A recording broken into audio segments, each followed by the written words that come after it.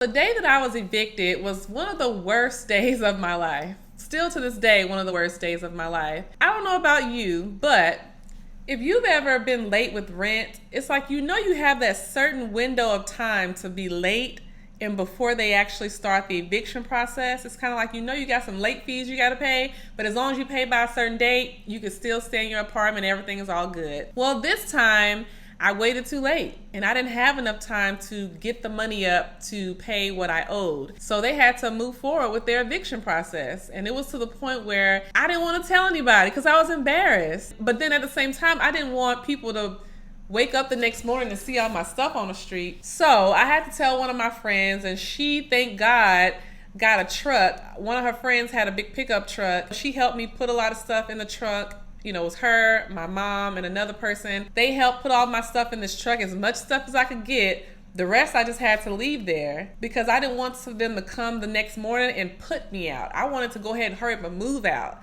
That was my goal. But technically I was still put out because the next day I still had stuff in there that I had to leave and they had to put it out. And then I ended up taking all my stuff, to my sister's house. And then I ended up staying with another family member's house. And it was just the worst feeling to be a grown woman, to be a mother, and you can't support yourself. I still had a job, so I had money coming in.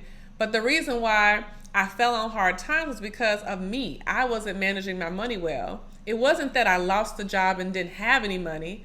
I wasn't managing the money I already had. I had poor spending habits. Yes, I could have made more money, but I was already struggling with the money I was already making. So more money wasn't going to help me because I was just going to still mess up more money. So that's when I realized that I had a problem, that I'm living paycheck to paycheck. I'm paying my bills late all the time. I have all this debt that I'm not paying on. Some of it I'm paying, some of it I'm not. I've had my wages garnished. Cleo, what are you going to do? Because this can't keep going on.